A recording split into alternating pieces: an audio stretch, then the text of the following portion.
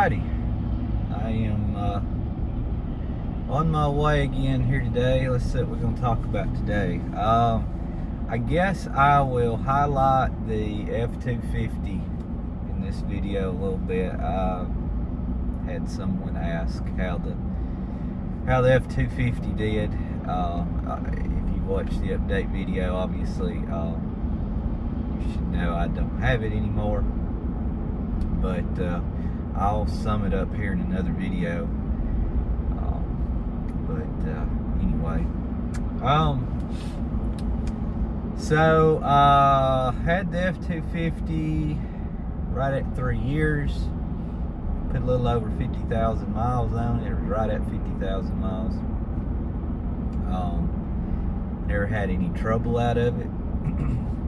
Like I said in the update video, the only thing that ever went wrong with it was the intermittent windshield wipers, and that happened the night I bought it.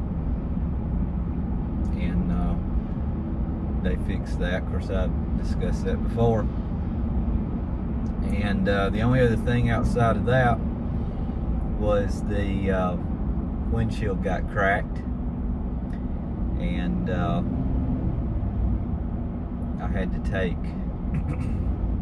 well, I didn't take it anywhere. A guy came out, put a windshield in. That was a little bit of a fiasco because I was getting ready for a road trip out west to pull camper with it, and I decided kind of the last couple of weeks there before going to go ahead and replace the windshield, because it was cracked 3 ways right in front of me, and I was just, you know, crossing, being in different states and all, and I just didn't want to look at it the whole time because we were going to be doing a lot of sightseeing. We took it all the way to Glacier National Park, did Black Hills, Bighorn Mountains, Yellowstone, Grand Tetons, Jackson Hole, all that. You get the picture. Yeah, the windshield leaked, and I had to, last minute, the guy tried to repair the leak, and it didn't work, and he took a gamble on having to take the windshield back out and not break it, because there was no getting another one before we went on our trip, and basically clean it all up, reseal it, put it back in, which he wound up able to do that, and it was fine after that. But that's really the only things that I had to deal with on the truck. Truck did well.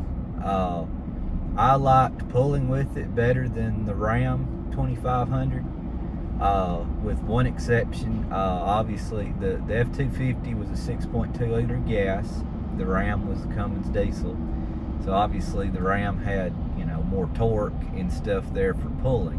However, as I've said before, the 6.2 gas in the Ford was very respectable. It actually did better pulling, you know, full gooseneck loads of hay, tractors, whatever, pulling heavy. It did really well, and it handled pulling better. It just, the Ford, it rode better, it handled better. It didn't seem to have, you know, the trailer sway and different things that the Ram had.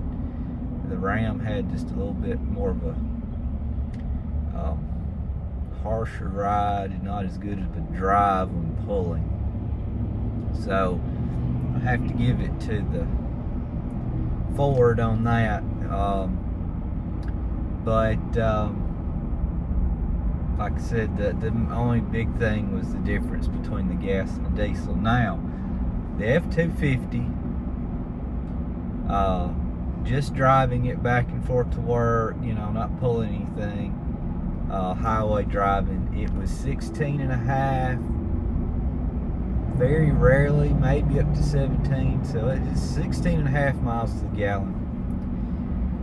And if you can, for the time I owned it, if you computed out that with the price of gas versus, you know, diesel, you know, getting low 20s miles to the gallon, it was about a wash. So I wouldn't, you know, I think some people say, oh, well, the gas don't get as good a gas mileage, so you got more in fuel costs. And it was kind of a wash for me.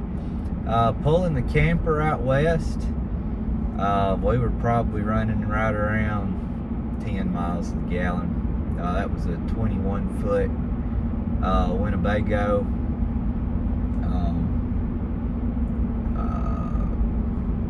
Winnebago's got some kind of like mud terrain tires on it for trailer tires, oddly enough, and it kind of sets up in the air a little bit higher. It's made for going off-road lightly, nothing severe. It don't set low to the ground like, what is it called? It don't set low to the ground like some campers do, so you can actually get in and out of some uneven places with it easily without hurting anything. That's what I'm trying to get at. But you know, this truck I'm in now, 2022 GMC Sierra, four-wheel drive X31, has 5.3 liter V8, 10-speed automatic. We pulled same camper, same hitch, everything, out west again this year, and you know, it got around the same fuel mileage. I mean, it just wouldn't. We were stopping for gas a lot. Let's put it that way. So, matter of fact, both trips, one with F250 and this truck, pulling that camper, gas was our it was our most expensive expense. The campgrounds, you know, were pretty cheap, and we took a lot of food with us, so what food we did eat out would have probably been our next highest expense. But yeah, gas was the killer on those two trips. But if we had not took the camper and got best gas mileage and stayed in hotels, cabins, whatever, at the price those were running, it would have probably been a wash. We still might have came out better, I don't know, if you took into account lodging costs. But anyway, taking trips out like that and having the camper and having a bathroom with you, kind of, you know, it's kind of nice, especially when you get out there where you're miles and miles between towns and gas stations and stops and stuff like that. So anyway, I just kind of wanted to sum up the F250. I would have kept it, but like I said, I was downsizing, and I made the decision to sell the gooseneck cattle trailer, the gooseneck flatbed, and I was going to keep the dump trailer that y'all have seen videos on. And the guy that bought my gooseneck cattle trailer, he pretty much talked me out of it. I didn't have it ready to sell, wasn't planning on selling it. I was mulling it around, and the guy asked about it, and he kind of made me a good offer on the spot. And even then, I didn't take it. I said, well, let me think about it.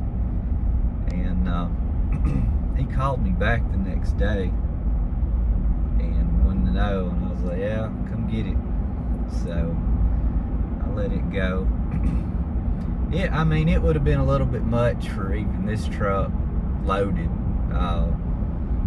You know, pulling it around empty and maybe light load, but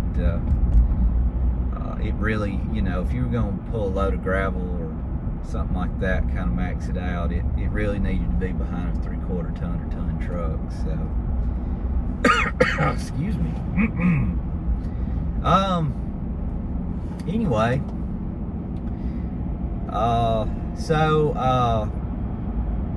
Another factor in the F250 and getting rid of it was just, you know, the gas mileage was a little bit less than like these trucks run. I mean, this truck's running right low 20s for me, you know, 20, 21.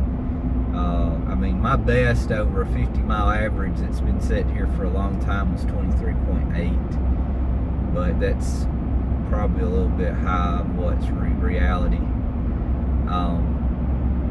But that and the truck got worth a lot. We went through that spell where people couldn't get trucks, and I was getting some offers in the mail for the truck, and was like, you know, these dealers and stuff out like that all the time. I ran it on Kelly Blue Book one day when I was like, well, I sell the trailers and get rid of the truck, and it came out way more than I paid for it. So that's when I just said, well, let me look around and see if I can find another truck at a dealer and see what they say. And I told them what KBB was on the truck, and they were like, yeah, we'll do that, no problem. I was like, wow, so I let it go. So that was that. So there's your update on the F250. With a lot else to say about it. Like I said, nothing really went wrong. It was a good truck, good driving truck, ran good. I thought highly of the 6.2 liter gas. The 7.3 liter Godzilla motor, the pushrod motor they came out with after I bought mine, gas motor.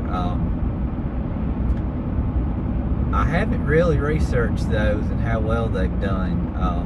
You know, there was supposed to be some advantages to that motor over the 6.2 a little bit, but I believe they also may have had a little bit larger price tag with them, and I'm not sure what the fuel mileage numbers on those were, but anyway, I don't have any experience with one, so I can't talk about it. But yeah, the 6.2 I thought it was a good motor to me. I mean, I didn't put tons of miles on it, but I mean 50,000 miles and what I pulled with it, which was a good bit, and our trips out west and whatnot, and never missed a lick. So anyway, there's your update on that. We'll catch you on the next one. See ya.